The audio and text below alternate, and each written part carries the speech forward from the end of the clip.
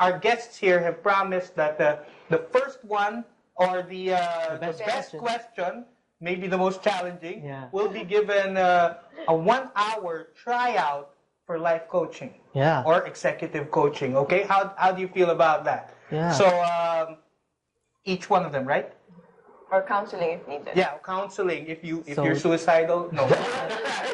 No, there's counseling about career pathing and business and stuff. Wow. Okay, so let's go back to the advantages that women probably have. I feel that in staying, keeping to one track more consistently.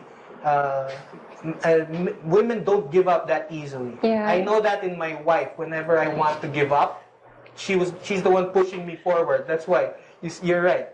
Behind every successful man is a woman with a whip.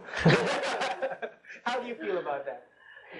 I totally agree with that, and also it got me reminded with my mom. She's actually my role model in terms of being a business person. My dad is more of the the executive career type. He spent 30 years of his life, in an organization, in the banking industry. And so it was my mom who was my role model in terms of business. And I would really see that in terms of flexibility, like she would, we started with, with a small store. And then afterwards, when there was a demand for like catering for food, she immediately branched out to that. And when I was in college, there was again another opportunity that came up, and it was now in the area of baking. And she just plunged into it. No knowledge about baking, but because there was a need, and there was also an offer about, they were closing their business, and here was this bakery equipment available. And my mom, no knowledge about baking. She just, I'm going to buy that. And until now, that's the number one source of livelihood of my parents. And my dad, who had already retired from his corporate life, is now part of that business. Wow. So, yeah, that kind of thing, very flexible when it's, when there's a demand. And they learn quickly, too. And they learn quickly. Of course, we need to. Men are sometimes stubborn. There are those of us that can learn quickly, but generally, we take time. And that's why there are more women teachers too. Okay, we have a question to Miss Candy. Please call me Princess. Not me, her. I mean the caller. I am a graduate of AB Psychology and currently pursuing my master's in guidance and counseling. I want to put up a business which will be an additional income, but the problem is I don't know what business is good and right because I think I'm not good in business and financial management. Thanks. So, what advice can you give, Candy? Can you give Princess? Yeah. Thank you, Princess, for that question. Thank you. Oh, okay. That's a tough one, right? Well, on-the-spot counseling. I can only speak also in behalf of myself because I wasn't into business back then. In fact, I didn't like business because my parents are into construction. We had a family business and it basically just closed down and it was there. So, first thing, you need to know financials before you get into business. It's not just the interest to bring you there, unless you want to take the School of Hard Knocks, which I took in the first place, I think the first 2 years. You need to know exactly your interest. Like you're taking masteral in guidance and counseling, you should be at least interested in helping out people. And then you need to look into most probably the service oriented businesses or industry.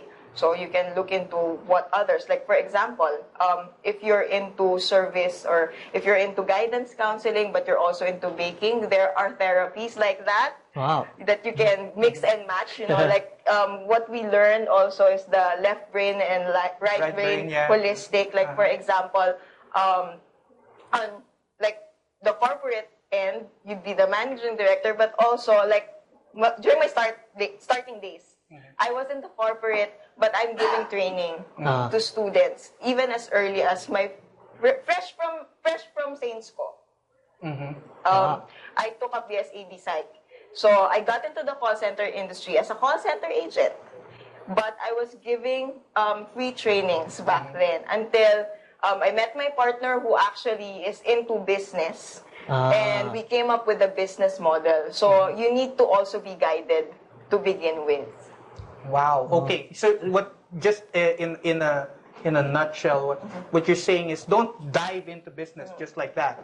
Okay. So Princess, don't just dive into business. Get the experience first that you need, and then once you felt that you can actually do it, learn the skills too. Yes.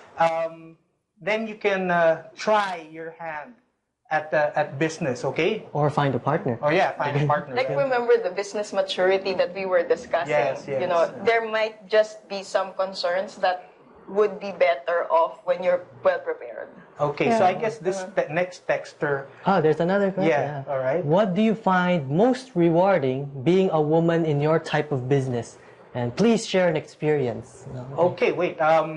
We don't have the name or the location of the texter, so we'll just call you Miss Texter. Miss Texter. Yeah. Okay, Miss Texter. So Vicky, would you want to answer this question? What's the most rewarding? I think it's more about being a person. Because you know, with the business where I am in right now, I think the greatest fulfillment is coming from, you know, experiencing helping somebody, and like for example, if this person that I coached really altered. When I say altered, it's like, for example, from somebody who's just working, like even on Sundays, being, you know, finding his worth in his work. And now, after our coaching intervention, suddenly he found his balance. All of a sudden, you know, his married life is working, and then he's starting to take care of his body, take care of his well-being. That for me is the fulfillment. So it's not really just being a woman, but it's also being a person. And then also coming from the previous question earlier, I wanna share with that person that, you know, business is very personal. What I mean by that is you really need to know yourself such that, you know, the moment you really see your gift and what makes you, you know, tick as a person, then you get to express this through your business. Either it's a, you know, service, or you manufacture cakes, or you do, you know, paintings, and then it becomes art therapy. Yeah, art therapy. Yeah, there's this artist we know, Rina. Yeah, she got into that business. She sells her paintings right now, right?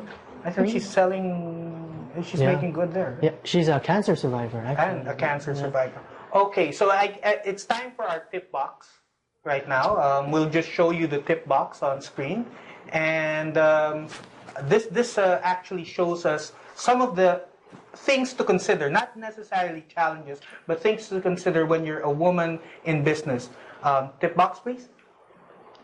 Oh, okay, so this is about women in business. This is our topic. And on the next page, you'll see some factors to consider when you're a woman, or for women in business.